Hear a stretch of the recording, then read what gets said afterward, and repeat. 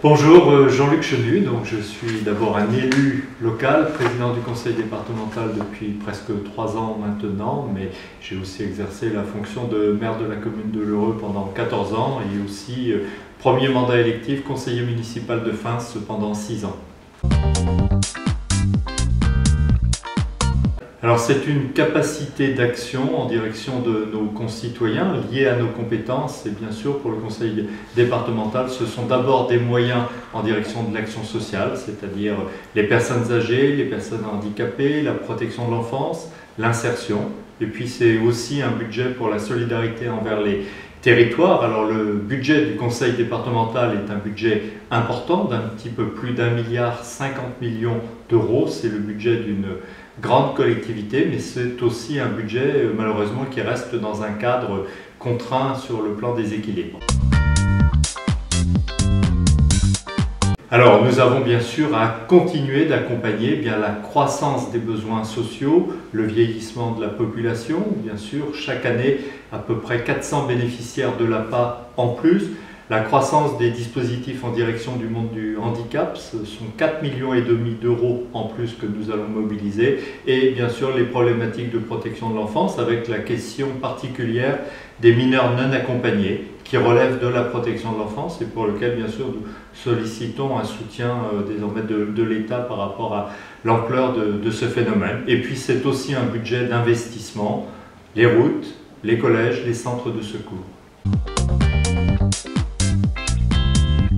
Alors diverses ressources, alors il se trouve que les ressources sur lesquelles nous avons un pouvoir de décision, comme le taux, la taxe sur le foncier bâti, c'est moins de 20% de notre budget. C'est une ressource qui reste importante, mais simplement 20% de notre budget. Heureusement, nous avons des droits de mutation en forte croissance liés à la vitalité du territoire. Nous avons des dotations reçues de l'État, alors qui ont fortement baissé ces dernières années, 55 millions d'euros de moins en 2017 par rapport à 2013. Pour la première fois, stabilité cette année, c'est un élément positif, mais nous avons aussi des contraintes avec désormais ce système d'encadrement de l'évolution de nos dépenses.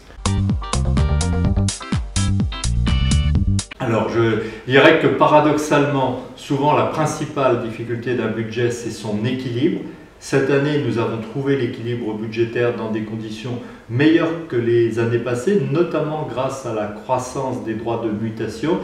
Et pourtant, ce n'est pas un budget vraiment autonome dans son organisation, parce que ce taux directeur qui nous serait imposé si rien n'est fait générerait une pénalité importante de plusieurs millions d'euros l'an prochain, alors que nous sommes simplement dans l'application des compétences que la loi nous a données, et notamment dans le domaine des mineurs non accompagnés, nous avons une action forte, mais qui est une action aux côtés de l'État, aux côtés de l'ensemble des institutions, pour ne pas laisser à d'autres, finalement, la responsabilité de faire ce que nous faisons. C'est aussi des réflexions, des prospectives que nous avons engagées depuis plusieurs mois parce qu'il faut toujours se projeter. Alors une réflexion département 2035, infrastructure 2025, ce sont des sujets d'actualité pour organiser, structurer ce développement. Nous avons la chance d'être un territoire attractif.